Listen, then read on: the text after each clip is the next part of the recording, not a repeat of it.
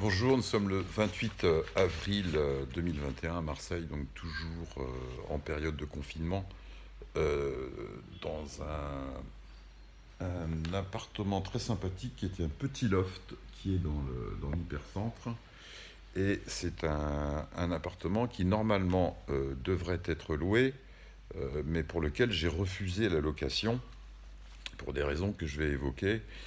Et donc en fait cette vidéo va parler justement de sélection euh, des, euh, des voyageurs, et elle va être complémentaire de la vidéo précédente, parce que dans la vidéo précédente, on avait l'impression que je critiquais beaucoup les algorithmes Airbnb qui bloquaient certaines catégories de voyageurs à risque. C'est pas le cas, donc je me suis peut-être mal exprimé, donc c'est pour ça que je fais ce complément de vidéo. Alors, euh, et c'est vrai que actuellement, je constate enfin, je constate, il est vrai qu'il y a beaucoup d'appartements, euh, de manière peut-être un peu plus inhabituelle, qui ont subi des nuisances, enfin surtout des dégradations. Voilà, même si ce n'est pas les miens, il faut quand même que je parle de manière générale. Alors, premier rappel, quand on parle de sélection des voyageurs, il y a une législation, on ne peut pas faire ce qu'on veut, puisque ça s'appelle la législation de non-discrimination, qui est la loi numéro 89-462 du 6 juillet 1989, également le code pénal. Il y a aussi pas mal de littérature interne à Airbnb par rapport à ça. On ne peut pas faire ce qu'on veut, il faut être quand même assez vigilant par rapport à ça. Bon. Rappel numéro 2, au niveau des systèmes de réservation. Vous avez des systèmes de réservation qui sont automatiques, hein, par Booking, par presque toutes les plateformes, Le Bon Coin, Airbnb. Vous avez aussi les systèmes de réservation manuels, donc après sélection, validation, bon, qui est induite, hein, ça concerne surtout Airbnb, parce que vous avez ce choix. D'ailleurs, c'est un choix que moi je privilégie, j'en ai déjà parlé. À noter qu'actuellement, c'est le marché qui est comme ça, il y a beaucoup de demandes directes par téléphone. Voilà. Donc, ce qui se passe, c'est que toute chose égale, les demandes directes ou automatiques sont actuellement plus à risque, euh, compte tenu du contexte sanitaire et économique. C'est-à-dire qu'actuellement, il y a une clientèle, une partie de la clientèle qui est nouvelle, qui n'est pas habituelle. Euh, voilà. Alors les risques, c'est quoi?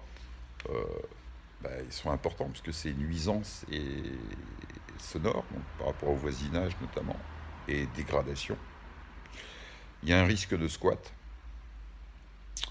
Il y a un risque pandémique et sanitaire, bien évidemment, qui peut, je veux dire, on peut être responsable.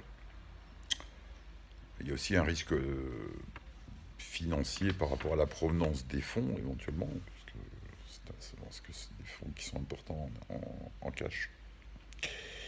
Alors, quelles sont les règles et filtres à appliquer pour sélectionner les voyageurs? Alors déjà, moi ce que je conseille, c'est de poser des questions, d'entamer une conversation, poser des questions non personnelles et intrusives.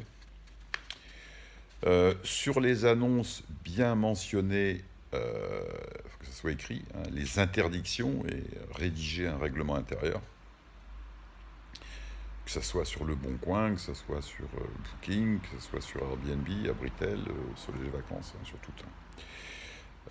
Demander systématiquement une forte caution, soit électroniquement, sur les plateformes, ou soit par chèque.